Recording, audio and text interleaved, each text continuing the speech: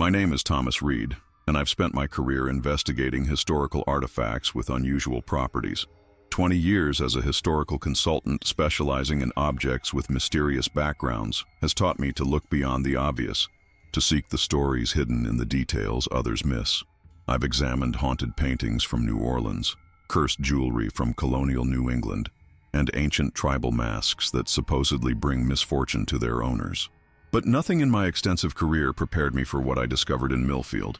I was drawn to this profession after an encounter in my childhood that most would dismiss as imagination. When I was 10, my grandfather gave me a pocket watch that had belonged to his father. That night I heard ticking coming from under my pillow, though the watch had long since stopped working. When I opened it, I saw not the familiar face of the timepiece, but what appeared to be a miniature window looking out onto a landscape I didn't recognize. Rolling hills beneath a purple sky with 2 moons. I blinked, and it was gone. Just an old broken watch again. My parents called it a dream, but I knew better. That moment sparked a lifelong fascination with objects that exist at the boundaries of our understanding, items that contain more than their physical dimensions suggest. This particular photograph came into my possession last autumn, when I purchased the contents of an old estate in Milfield, a small town with a complex history dating back to the early 1800s. Once a bustling center for lumber and railroad commerce, Milfield had fallen into decline in the mid-20th century when the mills closed. The town now survived mainly on tourism, visitors drawn to its well-preserved Victorian architecture and the annual Heritage Festival that celebrated its colorful past. The previous owner, an elderly woman named Martha Kingsley, had no living relatives to claim her possessions. She had lived alone for over 50 years in a grand Victorian home at the edge of town, becoming something of a local legend, the eccentric recluse who was rarely seen outside her overgrown garden. Children would dare each other to approach her gate, telling stories of how she practiced witchcraft or communed with ghosts. Adults were more charitable but no less curious about the woman who ordered her groceries by telephone and had them delivered to her door, who was only occasionally glimpsed at her window, gazing out at the town with what some described as a look of perpetual vigilance, as if keeping watch for something only she could see. Martha had died in her sleep at the age of 93, and the local authorities had arranged an estate sale to settle her modest debts and dispose of her belongings. I happened to be passing through town on my way to a conference about Victorian photography techniques at Miskatonic University. The advertisement for the estate sale caught my eye primarily because it mentioned antique photographic equipment and historical images, items directly relevant to my upcoming presentation. I had no way of knowing that this chance detour would lead me down a path far stranger than any academic discussion. The Kingsley house stood at the end of Maple Street, partially hidden behind a tangle of overgrown hedges and ancient oak trees, whose branches formed a canopy over the property. The house itself was a magnificent example of Victorian Gothic architecture, with a steep slate roof, ornate gingerbread trim, and a wraparound porch supported by carved columns. But years of neglect had taken their toll. Paint peeled from the clapboards, several windows were cracked or boarded over, and the once elegant gardens had become a wilderness of brambles and volunteer saplings. In the attic I found dozens of old photographs stacked in a weathered cedar chest. The attic was stifling, the summer heat trapped under the eaves making perspiration bead on my forehead as I carefully sorted through the collection. Dust motes danced in the shafts of sunlight that pierced the gloom through small, grime-covered windows. The space was cluttered with the accumulated detritus of a long life, trunks of clothing from different eras, furniture that had gone out of style decades ago, boxes of papers and ledgers documenting the mundane details of Martha Kingsley's existence. Most of the photographs were typical family portraits, stern-faced men with impressive mustaches, women in high-necked dresses, children sitting unnaturally still for the long exposure times required by early cameras. There were wedding photographs, baby portraits, and solemn post-mortem images, all documenting the lives and deaths of people long forgotten. Some were clearly Kingsley family members, bearing a resemblance to Martha herself, whose image appeared at different ages throughout the collection. A serious child, a beautiful young woman, a dignified matron. But there were others that seemed unrelated, as if Martha had collected photographs of strangers for some purpose I couldn't discern. I was about to close the chest, satisfied with my purchase of several technically interesting examples of Victorian photography, when I noticed a false bottom in the cedar chest. It was cleverly disguised, but my experienced eye caught the almost imperceptible seam. Carefully, I pried up the wooden panel to reveal a hidden compartment beneath. Inside was a single item, a small wooden box carved from dark walnut with intricate symbols etched into its surface. The symbols resembled no religious or cultural tradition I recognized. Not Christian, not Masonic, not pagan. They had an unsettling quality, the lines flowing in ways that seemed to suggest motion, even in the static carving, as if they might rearrange themselves when not directly observed. When I unwrapped it, I found myself looking at the portrait of identical twin girls. According to the date inscribed on the back, the photograph had been taken in 1898 by a photographer named Edward Blackwood. The girls' names were also written in faded ink, Amelia and Eleanor Fleming. At first glance, it seemed like a typical portrait from that period. The twins were dressed identically in white lace dresses with high collars, their hair styled in the same manner with matching ribbons. But as I examined the photograph more closely under the attic's single bare bulb, tilting it to catch the light better, I noticed something peculiar. The twins were standing side by side against a plain wall, and their shadows were clearly visible behind them, cast by the photographer's bright studio lights. However, there was a third shadow cast on the wall, a shadow that didn't belong to either girl. It was slightly taller, with a different silhouette, almost as if a third person had been standing there, invisible to the camera but somehow still casting a shadow. The outline was distinctly humanoid but elongated, with unnaturally long arms and a misshapen head. The more I stared at it, the more wrong it looked, like something wearing a human shape that didn't quite fit. I assumed it was a fault in the development process, perhaps a double exposure or some other technical error. As a historian with a special interest in early photography, I was familiar with the limitations and quirks of Victorian cameras. Chemical irregularities, light leaks, and imperfect development techniques often created strange anomalies in photographs from that era. The glass plates used as negatives could develop flaws, the collodion emulsion might run or bubble, and the silver nitrate solutions used to develop the images were notoriously temperamental. Any of these factors could produce unexpected artifacts in the final print. But something about this particular anomaly felt different. The third shadow was too distinct, too intentional to be merely a technical glitch. It had a presence, a weight to it that made the hairs on the back of my neck stand up. It seemed deliberately placed, positioned directly behind the twins as if watching over them, or perhaps hunting them. There was a predatory quality to its posture, a sense of anticipation in the way it loomed over the children. I found myself wondering if this was some kind of photographic trick, a deliberate attempt by the photographer to create an unsettling image. The Victorians had a fascination with spiritualism and the occult and spirit photography. Images that purported to capture ghosts or other supernatural entities had been popular in the late 19th century, but these were typically achieved through double exposures or other manipulations of the negative, and I could detect no evidence of such techniques in this photograph.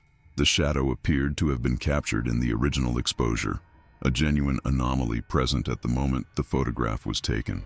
The discovery of this strange image awakened my professional curiosity. I had encountered many supposedly haunted or cursed objects in my career, but most turned out to have rational explanations once their histories were properly researched.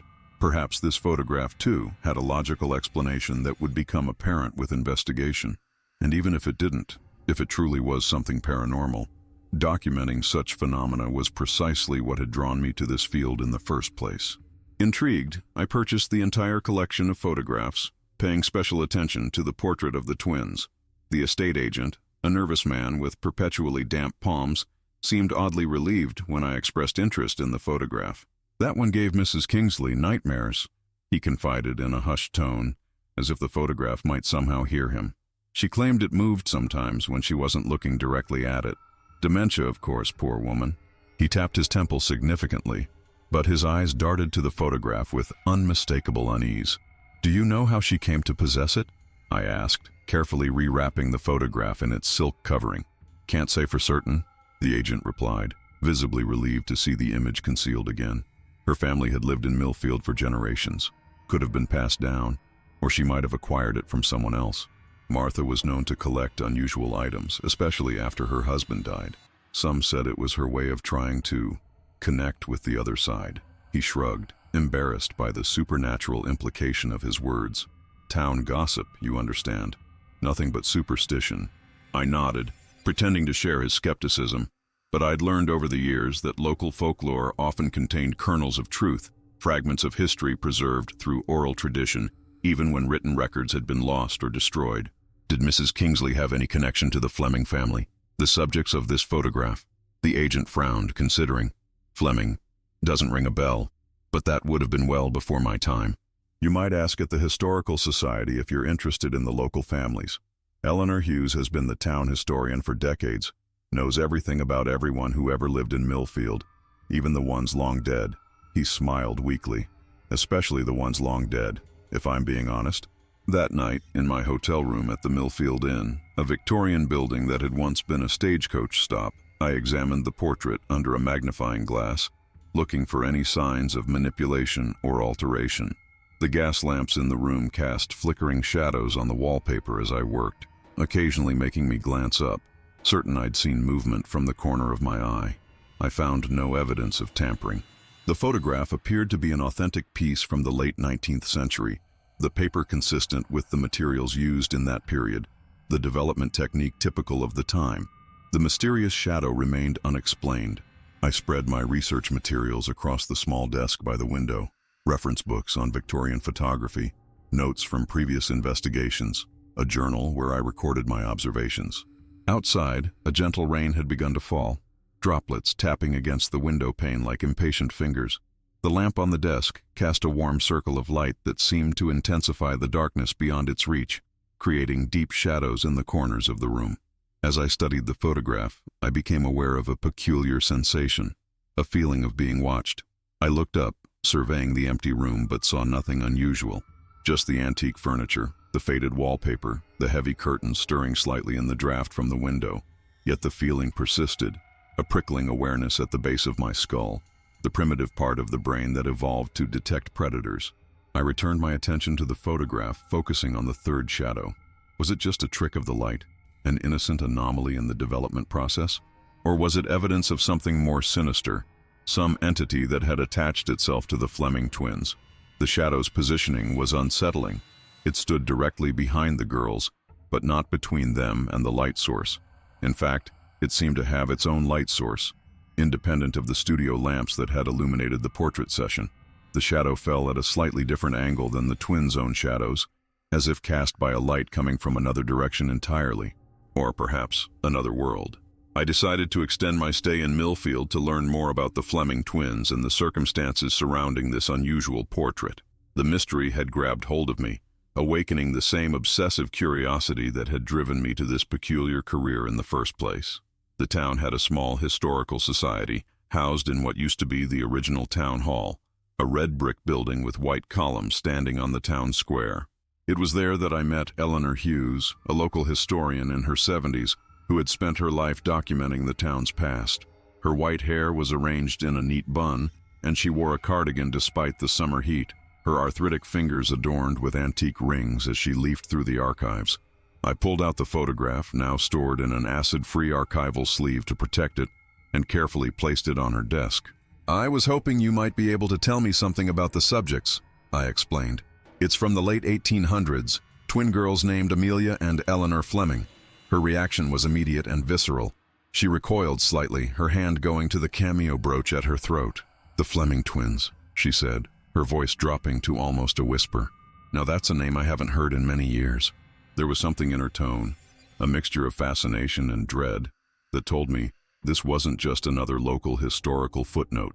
Eleanor led me to the archives, a room filled with filing cabinets containing newspaper clippings, birth and death certificates, and other historical records preserved meticulously over decades.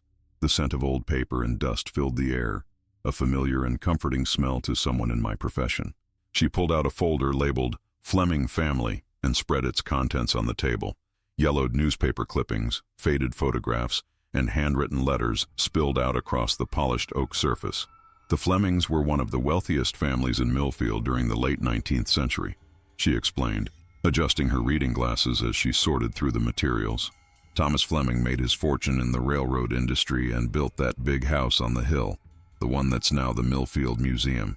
They were the town's aristocracy, hosting lavish parties that were the talk of the county. Rumor had it that even the governor attended their Christmas ball in 1897. She showed me a newspaper clipping from the Milfield Gazette with an illustration of the Fleming mansion during its heyday. A grand house with manicured lawns and elegant guests arriving in carriages.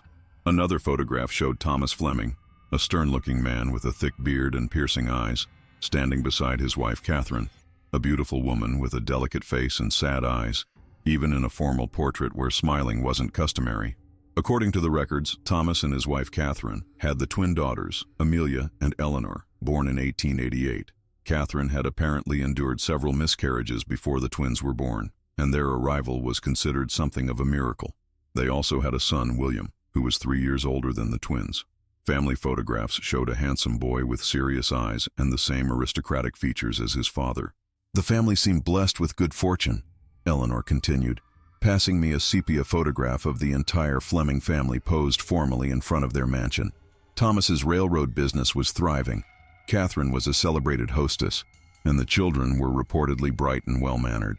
The twins in particular were known for their musical ability. They performed duets at church socials that supposedly brought tears to the eyes of even the most stoic townsfolk. She paused, her fingers tracing the edge of a newspaper clipping. But all that changed in the winter of 1898, when tragedy struck.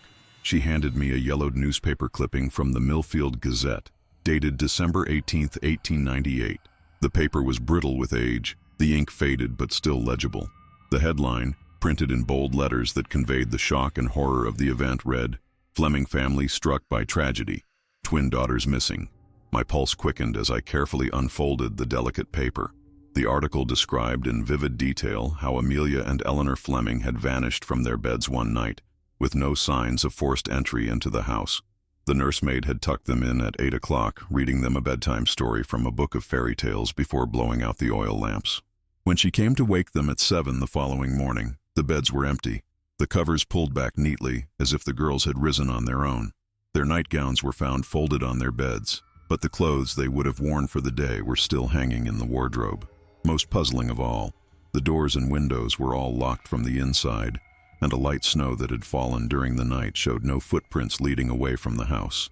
The entire town had organized search parties, men with lanterns and hunting dogs combing the surrounding woods, breaking the ice on the nearby lake to drag its depths, checking abandoned wells and mine shafts, all to no avail.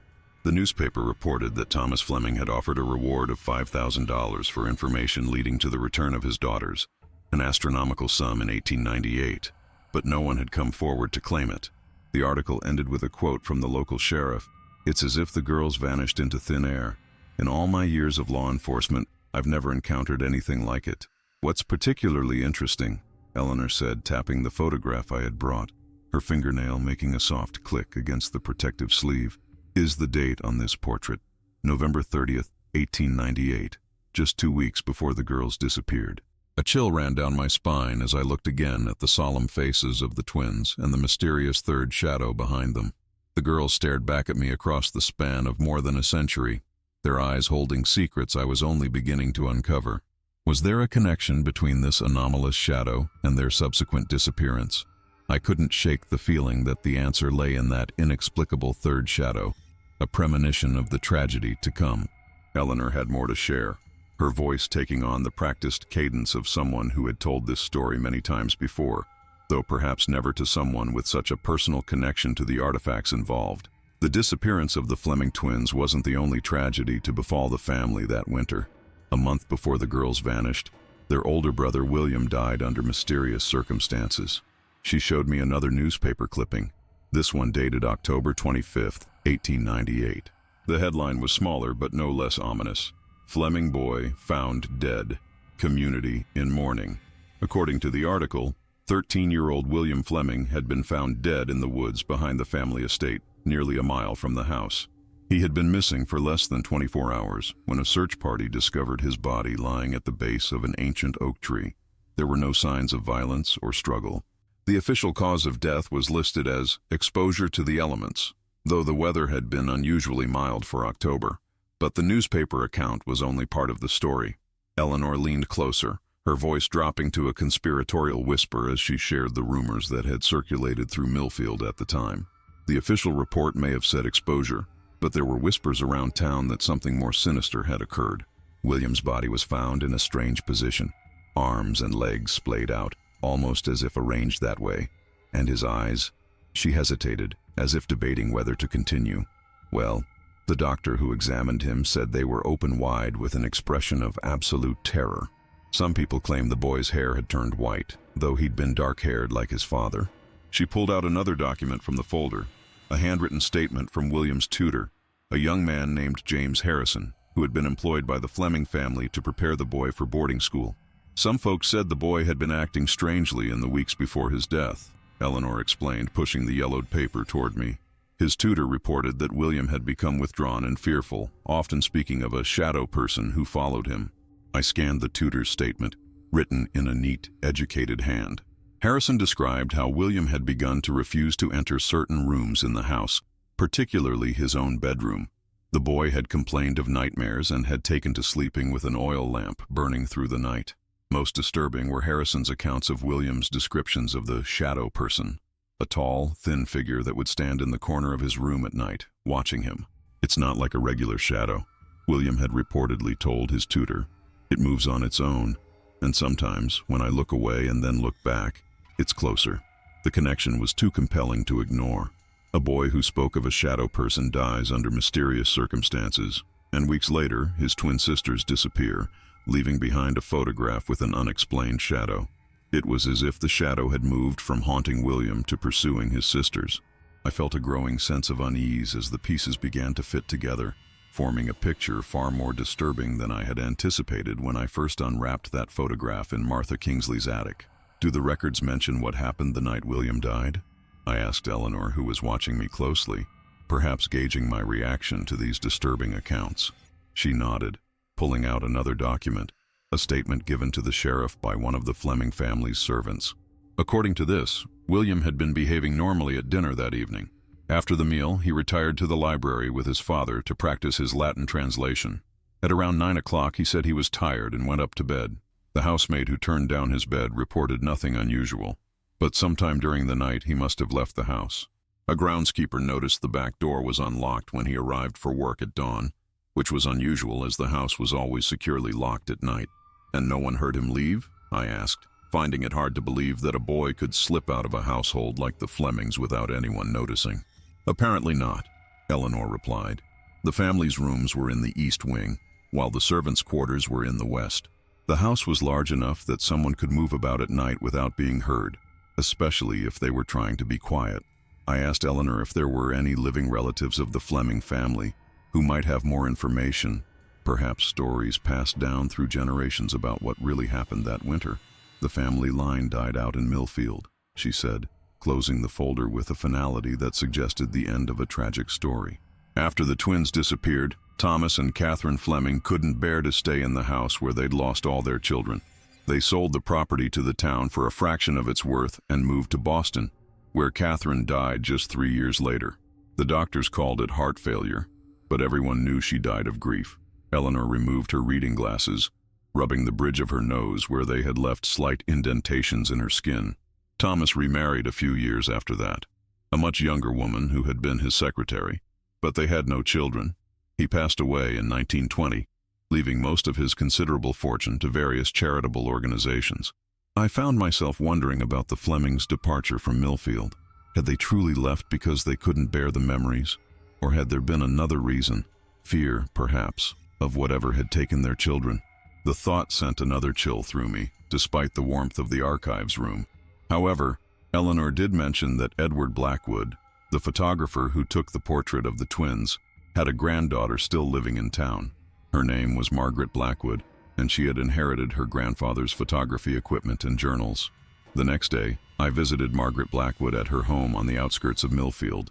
She was a woman in her 60s, with sharp eyes and a no-nonsense demeanor.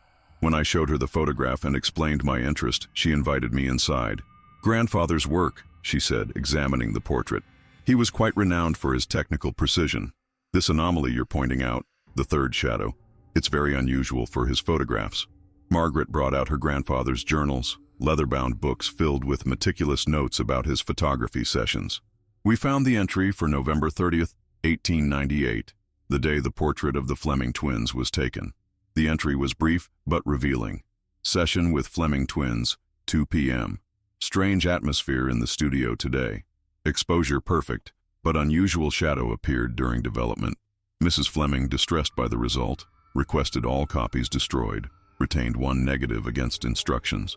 It seems my grandfather noticed the anomaly as well, Margaret said, and it appears the girl's mother was disturbed by it.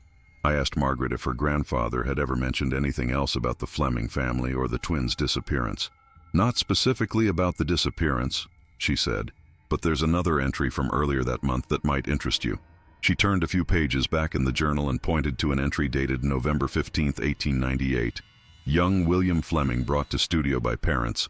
Post-mortem photograph as per family request. Parents insistent that boy's shadow be removed from final prints. Unusual request, but complied due to family's distress. Post-mortem photography was common practice in the Victorian era, with families often wanting one last image of their deceased loved ones. But the request to remove the boy's shadow was peculiar. Why would they want the shadow removed? I wondered aloud. Grandfather doesn't say, Margaret replied. But there's a local superstition from that era about shadows and spirits. Some believed that a person's shadow could linger after death, especially if the death was untimely or violent. The pieces were beginning to form a disturbing picture. William Fleming dies under mysterious circumstances. Speaking of a shadow person, his parents request that his shadow be removed from his post-mortem photograph. 2 weeks later, his twin sisters are photographed with an unexplained third shadow, and shortly after that, they vanish without a trace. I thanked Margaret for her help and asked if I could make a copy of the relevant journal entries. She agreed and also mentioned something else that caught my attention. You know, the old Fleming house is still standing. It's the Milfield Museum now, but they've preserved many of the original rooms, including the nursery where the twins slept. That afternoon, I visited the Milfield Museum. The Fleming house was a magnificent Victorian mansion, built in the Queen Anne style with turrets, wraparound porches, and ornate gingerbread trim. It had been restored to its former glory and now housed exhibits on local history. The museum curator, a man named David Parker, was intrigued by my research. When I showed him the photograph of the twins and explained what I had learned, he offered to give me a private tour of the areas not usually open to the public. The twins' nursery is on the 3rd floor, he explained as we climbed the grand staircase. We keep it closed off because the restoration isn't complete, but it's largely as it was in 1898. The nursery was a large room with 2 identical beds, a rocking horse, a dollhouse, and other toys typical of the Victorian era. The wallpaper, though faded, showed a pattern of small blue flowers. Large windows overlooked the garden and the woods beyond. This is where they were last seen, David said. According to the accounts from that time, the nursemaid tucked them in around 8 o'clock on the evening of December 17, 1898. When she came to wake them the next morning, the beds were empty. The doors and windows were all locked from the inside. It was as if they had vanished into thin air. I walked around the room, trying to imagine what might have happened that night. The air felt heavy, as if the room itself were holding its breath, preserving the mystery of that December night. There's something else you might find interesting, David said, leading me to a small door in the corner of the nursery. This connects to what used to be William's room. After his death, the door was locked at Mrs. Fleming's insistence. The servants reported that she was afraid the boy's spirit might disturb the twins. David unlocked the door, and we stepped into what had been William Fleming's bedroom.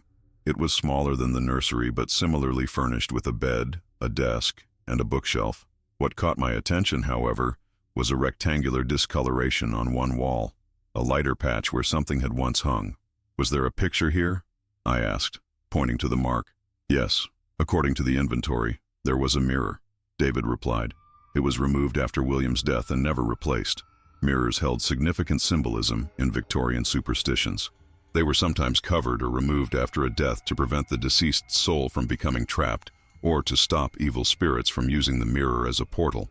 As we were about to leave William's room, I noticed something on the floor near the baseboard, a small tarnished object. I bent down to pick it up. It was a locket, an oval-shaped silver pendant on a broken chain. I carefully prized it open to find a tiny photograph inside. William Fleming, his solemn young face staring back at me. This must have been lost for decades, David said, examining the locket. Perhaps it fell behind a piece of furniture that was recently moved. I asked if I could borrow the locket for my research. promising to return it for the museum's collection. David agreed, noting that it might help solve the mystery that had haunted Milfield for over a century. That evening, back in my hotel room, I laid out everything I had gathered: the portrait of the twins with the mysterious third shadow, copies of Edward Blackwood's journal entries, newspaper clippings about William's death and the twins' disappearance, and now William's locket. I examined the locket more closely under a magnifying glass. The photograph inside was a miniature version of William's portrait, but as I studied it, I noticed something I had missed earlier. In the background, barely visible, was a dark shape, similar to the unexplained shadow in the twins' portrait. The connection between William and the mysterious shadow was growing stronger. Had he actually seen something, a shadow person, as his tutor reported, following him before his death? And had this same entity then turned its attention to his sisters? I decided to return to the Fleming house the next day to examine the nursery and William's room more thoroughly. David had given me permission to visit outside of regular museum hours, and I arrived just as the sun was rising, casting long shadows across the frost-covered lawn. The house was eerily quiet as I made my way up to the third floor. In the nursery, the morning light filtered through the curtains, illuminating dust motes that danced in the air. I began a methodical examination of the room, looking for anything that might provide a clue to the twins' fate. Under one of the beds, I found a small wooden box, similar to the one that had contained the twins' portrait. Inside was a diary with Eleanor Fleming written on the first page in a child's careful handwriting. The diary contained the typical entries of a 10-year-old girl, descriptions of lessons, games played with her sister, observations about the changing seasons. But the entries from November 1898, after William's death, took a darker turn. November 16th, 1898. Mama cries all the time since William went to heaven. Papa spends all day in his study. Amelia says she saw William in the garden yesterday, but when I looked, there was only his shadow. November 21st, 1898. Amelia woke me in the night. She said William's shadow was in our room, standing between our beds. I didn't see anything, but the room was very cold. November 29th, 1898. Tomorrow we are to have our photograph taken. Mama has ordered new dresses. Amelia says she doesn't want to go because William's shadow follows us everywhere now. I told her not to say such things to Mama or she will cry again. The final entry was dated December 17th, 1898, the day before the twins disappeared. William came to me in a dream last night. He said we must come with him or the shadow will take us like it took him. Amelia says she's scared, but I told her we should trust William. He promised to show us a secret place where the shadow can't find us. We are going to meet him tonight when everyone is asleep. A chill ran down my spine as I read these words. Had the twins actually run away, guided by what they believed was their dead brother's spirit, or had something more sinister occurred? I moved to William's room and began a similar search. In the desk drawer, I found a small notebook filled with drawings. Most were typical boyhood sketches of ships and horses, but toward the end were several disturbing images.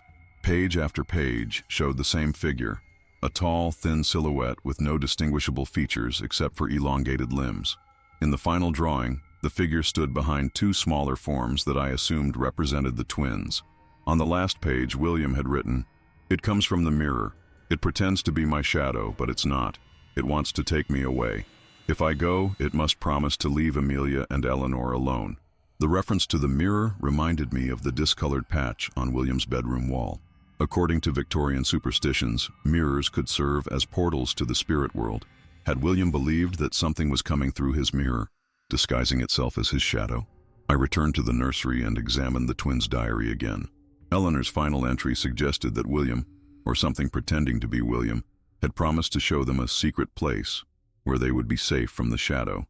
But what if the shadow had been using the image of their beloved brother to lure them away?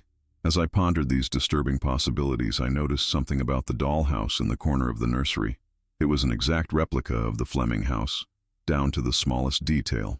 I opened it and looked at the miniature rooms inside. The nursery was there on the third floor, with tiny beds and furniture matching the full-sized versions. But there was an additional room in the dollhouse that didn't seem to correspond to any room I had seen in the actual house. A small space beneath the attic, accessible through what looked like a hidden door in the back of a closet. I quickly went to the closet in the twins' nursery and began examining the back wall. It seemed solid at first, but when I pressed on different panels, One of them gave way slightly. I pushed harder, and a section of the wall swung inward, revealing a narrow passage. With a flashlight in hand, I crawled through the opening. The passage led to a small room with a sloped ceiling, directly beneath the attic. The space was empty except for a single object in the center, a large, ornate mirror in a silver frame, its surface covered with a black cloth. My heart raced as I approached the mirror.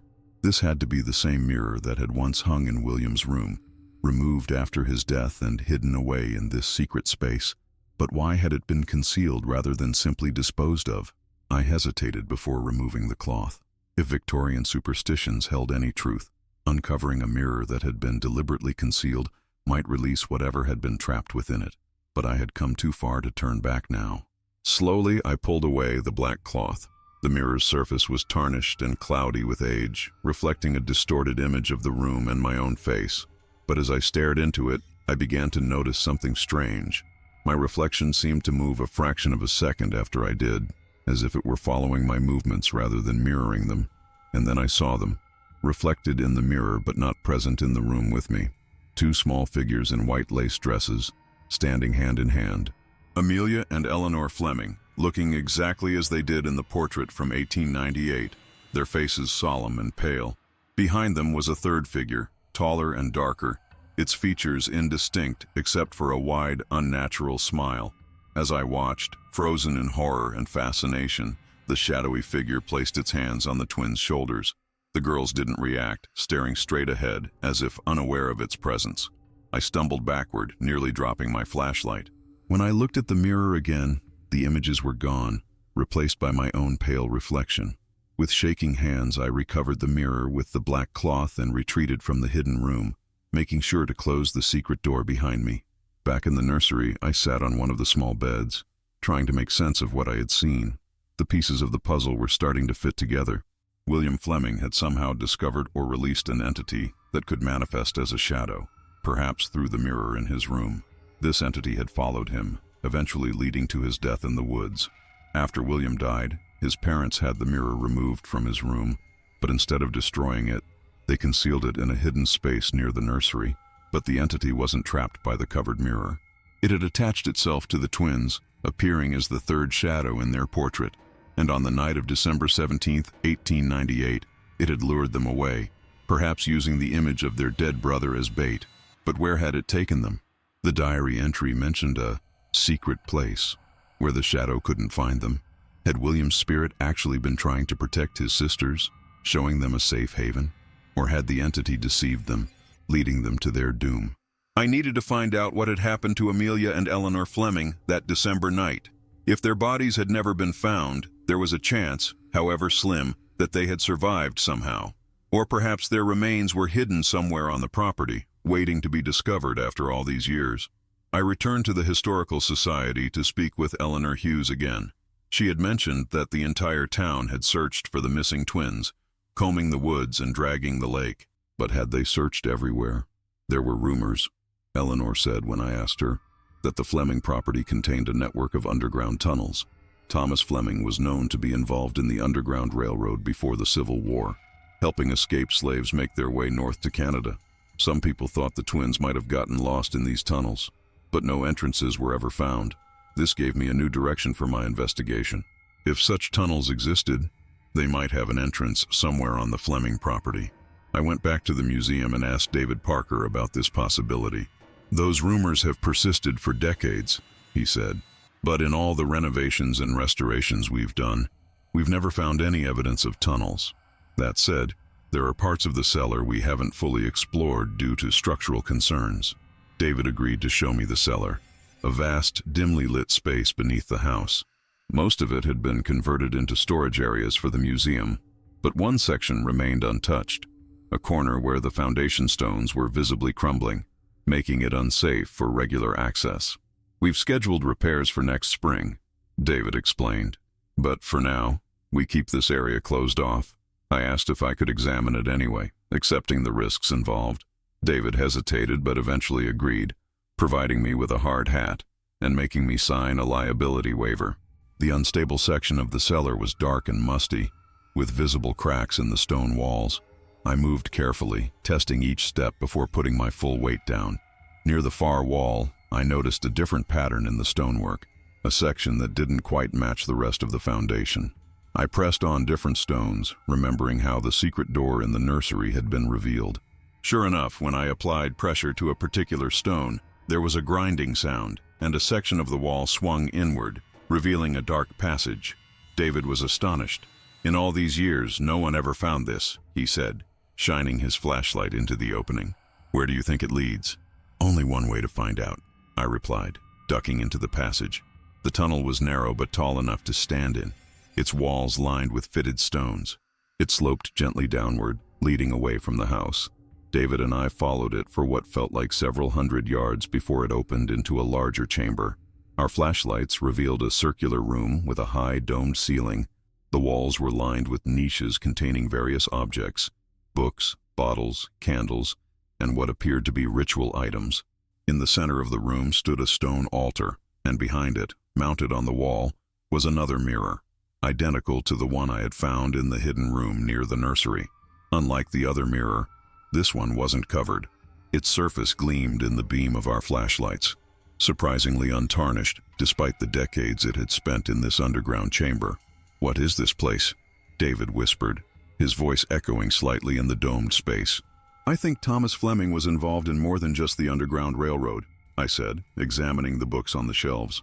Many of them were texts on spiritualism and the occult, popular subjects of study among certain circles in the Victorian era. He may have been practicing some form of ritual magic. As I moved around the chamber, my flashlight beam caught something on the floor near the altar. Two small skeletal forms lying side by side, their bones arranged in a careful, deliberate pattern. They were surrounded by the tattered remains of what looked like white lace dresses. "The twins," David said, his voice breaking. "After all this time." But something wasn't right. I knelt down to examine the remains more closely. "These aren't human bones," I said after a moment. "They're too small, and the proportions are wrong. I think they're from animals, lambs perhaps." I looked up at the mirror on the wall, a theory forming in my mind.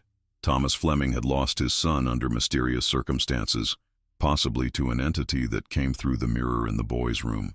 When the same entity threatened his daughters, he may have taken desperate measures to protect them.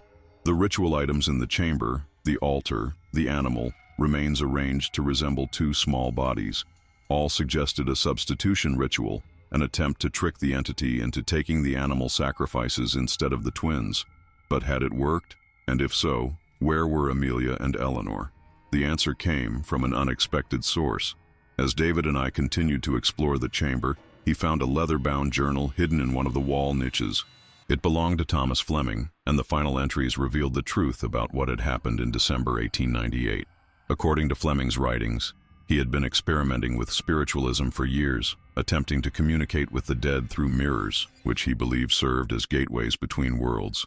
His experiments had inadvertently released an entity that attached itself to his son William, eventually leading to the boy's death in the woods. When Fleming realized the entity had turned its attention to his daughters, he devised a plan to save them. Using his connections from his Underground Railroad days, he arranged for the twins to be taken far away, to start new lives under different names. On the night of December 17th, while the household slept, he brought the girls down to the secret chamber, performed a ritual meant to confuse the entity with the animal sacrifices, and then sent his daughters away with trusted friends. To ensure their safety, he and his wife Catherine pretended the girls had vanished mysteriously.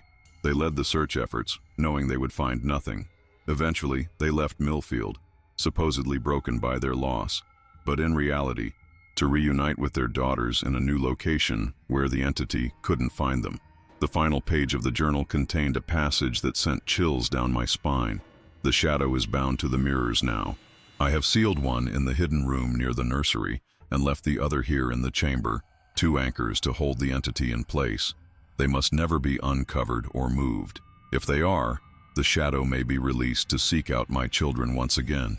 I pray that in time it will fade away, its connection to our world weakening as the mirrors tarnish and decay. But if anyone reads these words, heed my warning. Do not look too long into the mirrors. What gazes back may not be your own reflection." I closed the journal, understanding now the full scope of what had happened. By uncovering the mirror in the hidden room, I had partially released the entity that Thomas Fleming had worked so hard to contain, and now we stood before its second anchor, the mirror in the underground chamber. "We need to cover this immediately," I said to David, taking off my jacket to throw over the mirror. But before I could, something in the mirror's surface caught my attention, a movement that wasn't our reflection. In the depths of the glass, I saw three figures, a boy of about 13, whom I recognized as William from his photographs, and the twin girls, Amelia and Eleanor. They were older now, perhaps in their teens, smiling and beckoning.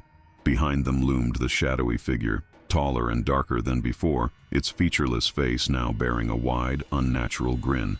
As I stared, transfixed, the shadow seemed to grow larger, pressing against the surface of the mirror as if trying to push through.